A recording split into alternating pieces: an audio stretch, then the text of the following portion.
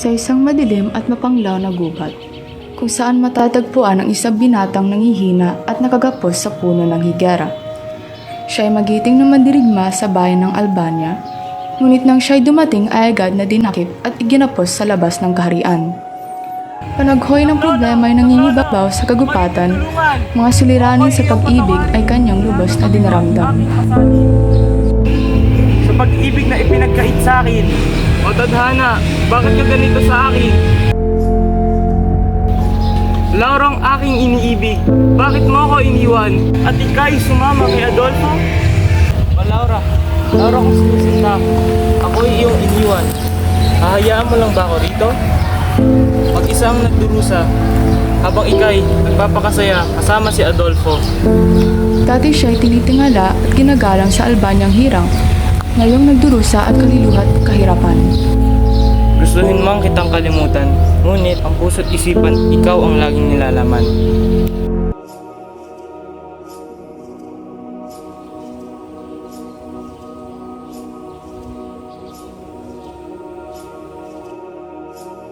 Ngunit gusto mang kitang kalimutan, puso't isipan, ikaw ang laging nilalaman.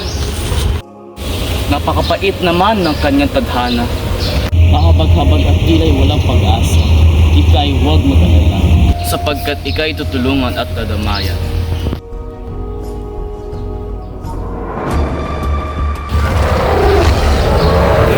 Tulungan niyo ako! Saklolo! Tulungan niyo ako rito! Ang tunog na yon, kailangan ko sasagipin bago pa mahuli ang lahat. Tulungan niyo ako! Tulungan niyo ako!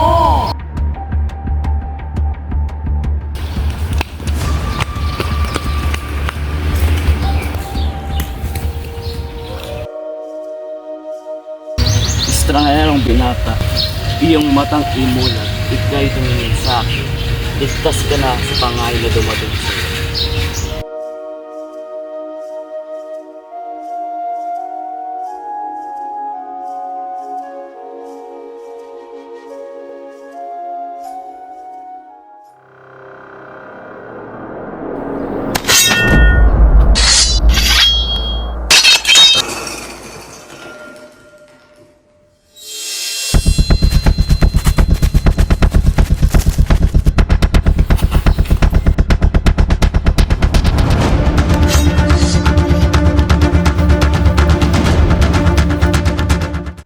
Sileno! Paano mo ito nagawa sa amin? Pinagtaksilan mo kami! Wala akong pakialam kung ano sabihin mo, Lencio. Ang importante, akin ang trono at kaharian ng Albania.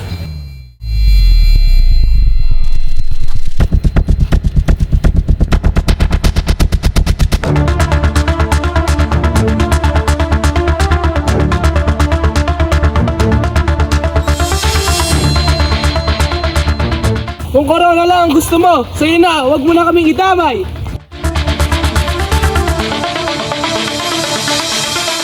Isa ang halimaw!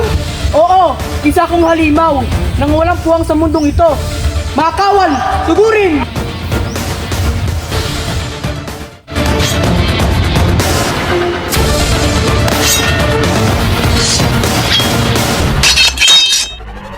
Sileno! Ika'y sumuko na at humingi ng tawad sa mga Albanya! Di maaari!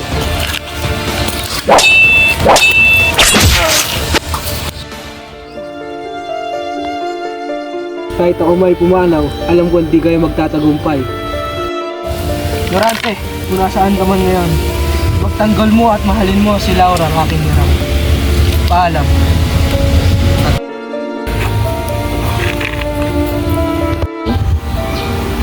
Karapat-dapat kayo magsama sa kamatayan.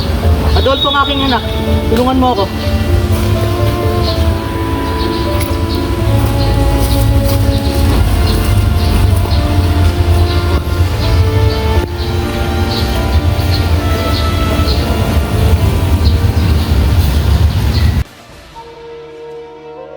Ama! Pariin sa'yo! Laura! Kasaan kayo? Sino ka? Ano pa kayo sa akin?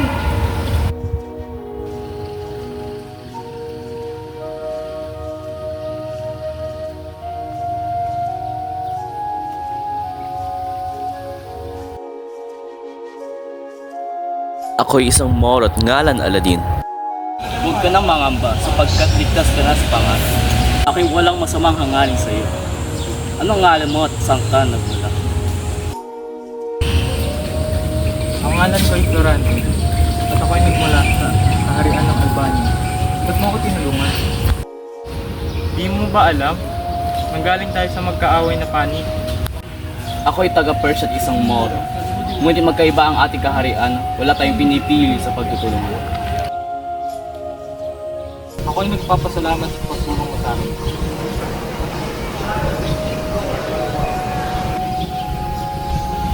Akala ko'y panatag ka na, ngunit sa tingin ko malungkot ka pa rin. Maaari ko bang malaman ang iyong problema upang mapagaan ang iyong pagramdam? Alam kong ikay mapagkakatiwalaan, kaya't sisimulan ko ang aking kwento nung ako'y isinilang sa aking tahanan. Ang aking magulang ay sina Duque Brinceo at Prinsesa Floresca. Ako'y ipinanganak sa kaharian ng Albania.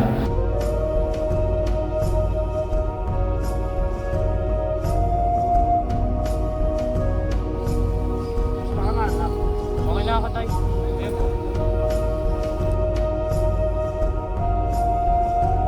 Doon ko nakilala si Adolfong Buhong sa matematika, astrolohiya at filosofiya. Ayon sa aking mga kapwa mag-aaral, si Adolfo raw ang tinitingala ng lahat. Ngunit nang ako'y dumating, siya'y waring naiwan sa hulit aking naungusan. At ang aking gurong si Antenor na busilak ang kalooban. Aking nakilala din si Menandro na pamangkin ng maestro na naging tapat kong kaibigan. Sa tingin niyo, ba't nagalaw ang mga tala sa kalangitan tuwing umaga? Sige Adolfo, ikay sumunod. Ang mga tala ay naglalaho tuwing pagsapit ng umaga.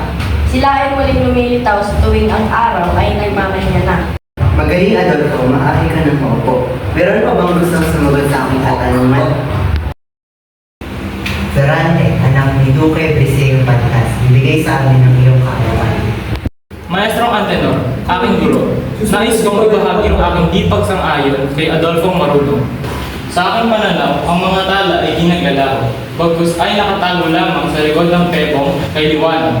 Makikita niyo ito kung inyong pagmamasdan ang kalangitan tuwing umaga at gabi.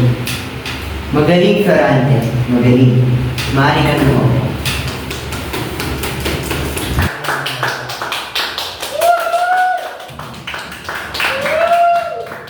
Ngayon tayo magkakaroon ng pagsasadula tungkol sa trahedya ng dalawang apo ni Odrico. Bilang Eteocles. Kay, Floranting mga agaw, kamatayan ay nararapat para sa'yo. Ikaw Adolfo, ano nangyari sa'yo? Nasisira ka ba ng ulo? Adolfo, ano bang pumasok sa iyong isipan at pinangkaming patayin si Florante? Ayos ka lang ba?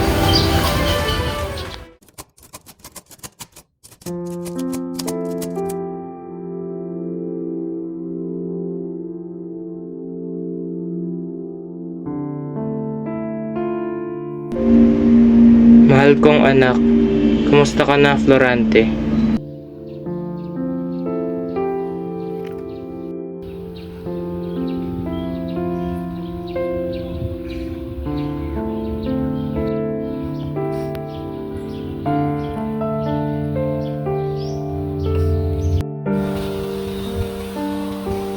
Mahal kong ina, bakit ako'y iyong iniwan? Ngayon, ako'y magpapaalam at babalik sa aking lupang sinalaw.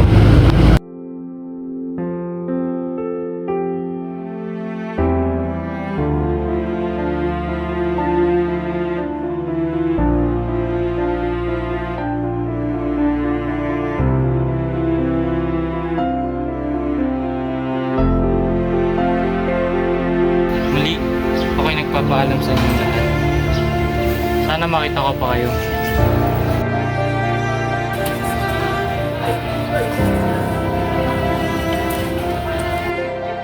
Anak, huwag kang mawala ng pag-asa at tadhana. Di basta-basta andito kami para suportahan ka at gabayan ka. Maya-maya may natanggap ako ng liham mula sa bayan ng Crotona. Tangkang pananakop ni General Osmalik ng Persay mangyayari sa makalawa ng susunod na buwan. Tanging ako'y napili ni Linsayong hari ng Albania na mamuno ng hukbo magtanggol sa bayan ng aking ina. Mahal kong hari, ngalan ko'y Torante, anak ni Duque Linseo, inyong pantas. Aking natanggap ang inyong liham ukol sa aking katungkulan. Nais ko rin ipakilala sa iyo ang anak na si Laura. Nang ako'y humarap sa Haring Linseo, ako'y minaramdaman ng magkahalong kabat pag-ibig. Aking ikinagagalak na makilala ka, Binibining Laura. Masaya rin akong nakilala kita at Saraya. Sana tayo maging magkaibigan ng kita. Nang makita ang anak ng hari, siya ay isang dalagang may angking bait at kagandahan. Aming di namalayan na ang aming mga puso ay magkasing hulugan, hanggang kami naging magkasintahan at lubos na nagmahalan. Kung nanaisin ng tadhanang mapalin lang, di hahayaan mawala.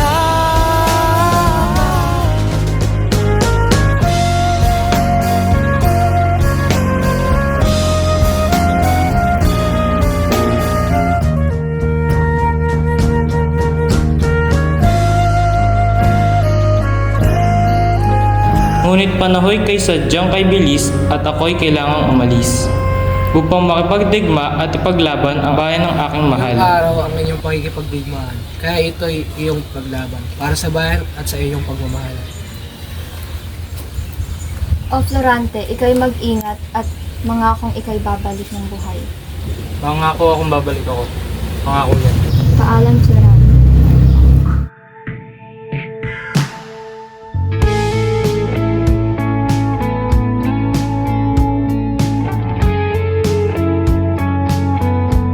O Florante, ika'y nasaan na? Kailan ka muling babalik? Ako'y umaasa pa rin na ika'y muling babalik pa sa akin.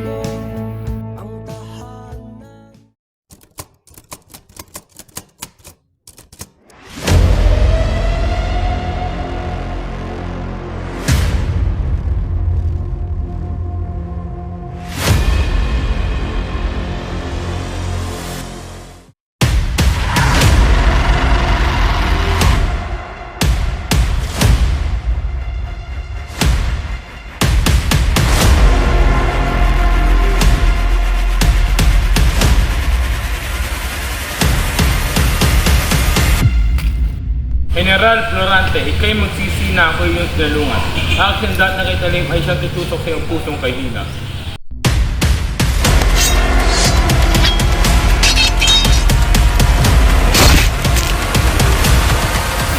Matras sa mga morong mananakop, tagumpay sa aming... Mabuhay! Mabuhay si Florante! Mabuhay!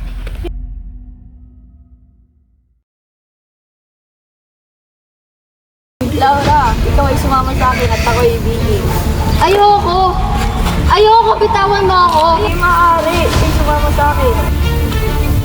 Ika'y wala nang tatakasan pa, Laura. Adolfo, wag! Wag! Ayoko! Tulong! Tulong! Maawa ka sa akin, Adolfo! Kailangan ko siyang tulungan.